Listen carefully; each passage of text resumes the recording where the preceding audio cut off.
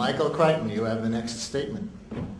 Before I begin, I wanted to say one brief thing about what Richard has just told you. He's given you the story of plate tectonics, but it's fascinating. He's turned it upside down. He's turned it on its head. The story of plate tectonics actually is the story of one person who had the right idea, Alfred Wegener, and he had it in 1912. And it is the story of major scientists at Harvard and elsewhere opposing him for decade after decade until finally it was proven to be incorrect, what they were believing. So it is, in fact, when I was a kid, I was told the continents didn't move. It is, in fact, perfectly possible for the consensus of scientists to be wrong, and it is, in fact, perfectly possible for small numbers of people to be in opposition, and they will ultimately be proven true.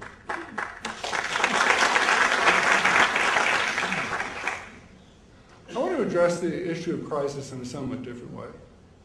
Does it really matter if we have a crisis at all? I mean, haven't we actually raised temperatures so much that we, as stewards of the planet, have to act? These are the questions that friends of mine ask as they're getting on board their private jets to fly to their second and third homes. And I would like, with their permission, to take the question just a little bit more seriously. I myself, just a few years ago, held the kinds of views that I expect most of you in this room hold. That's to say, I had a very conventional view about the environment. I thought it was going to hell. I thought human beings were responsible, and I thought we had to do something about it. I hadn't actually looked at any environmental issues in detail, but I held that general view.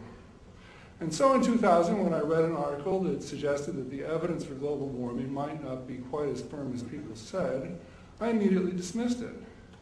Not believe in global warming? That's ridiculous. How could you have such an idea? Are you going to try and tell me that the planet isn't getting warmer? I know it's getting warmer. I grew up in Long Island, and when I was a kid, we always had days off from school for hurricanes. There are no hurricanes in Long Island now. I spent 30 years in California. We used to have something called June gloom. Now it's more like May, June, July, August gloom with September, October, November gloom added in. The weather is very different. However, because I looked for trouble, I went at a certain point and started looking at the temperature records. And I was very surprised at what I found. The first thing that I discovered, which Dick has already told you, is that the increase in temperature so far over the last 100 years is on the order of 0.6 of a degree Celsius, about a degree Fahrenheit. I hadn't really thought when we talked about global warming about how much global warming really was taking place. Second thing I discovered was that everything is a concern about the future, and the future is defined by models. The models tell us that human beings are the cause of the warming, that human beings producing all the CO2 are what's actually driving the climate warming that we're seeing now. But I was interested to see that the models, as far as I could tell, were not really reliable. That is to say, their past estimates have proven incorrect.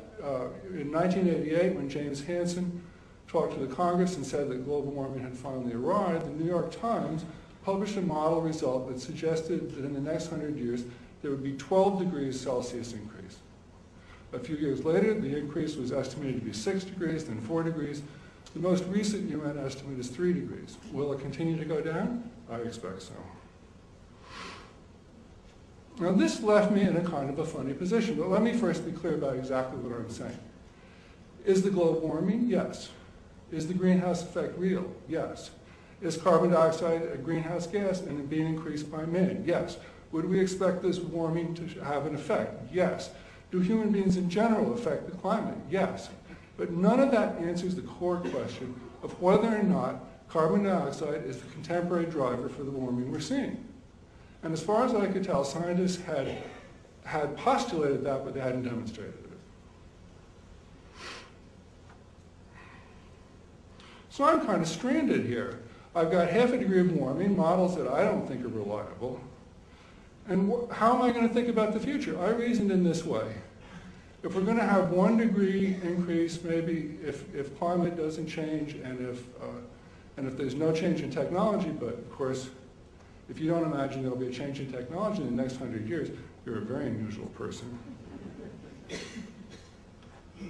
And I also was aware that we have actually been starting to do exactly the kind of thing that we ought to do, which is to decarbonize. Jesse Ausubel at Rockefeller University points out, for example, that starting about 150 years ago, in the time of Abraham Lincoln and Queen Victoria, we began to move from wood to coal, from coal to oil, from oil to natural gas, and so on.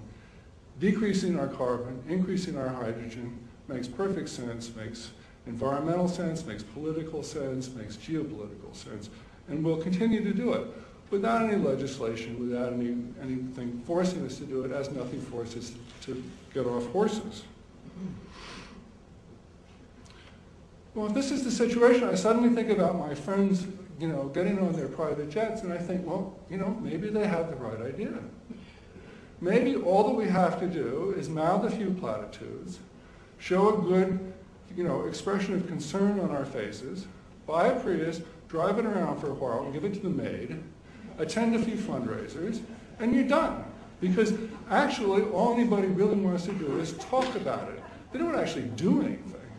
And the evidence for that is the number of major leaders in climate who clearly have no intention of changing their lifestyle, reducing their own consumption, or getting off private jets themselves. If they're not willing to do it, why should anybody else?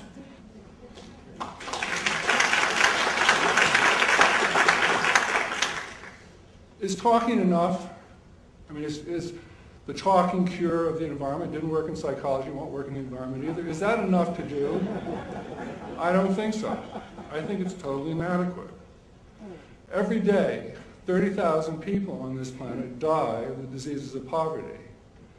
A third of the planet doesn't have electricity. We have 1 billion people with no clean water. We have 500 million people going to bed hungry every night. Do we care about this? It seems that we don't. It seems that we would rather look 100 years into the future than pay attention to what's going on now. I think that's unacceptable. I think that's really a disgrace. One. This doesn't need to happen. We're allowing it to happen. And I don't know what's wrong with the rich, self-centered societies that we live in the West, that we are not paying attention to the conditions of the wider world. And it does seem to me that if we use arguments about the environment to turn our back on the sick and the dying of our shared world, and that's our excuse to ignore them, then we have done a true and terrible thing. And it's awful. Thank you.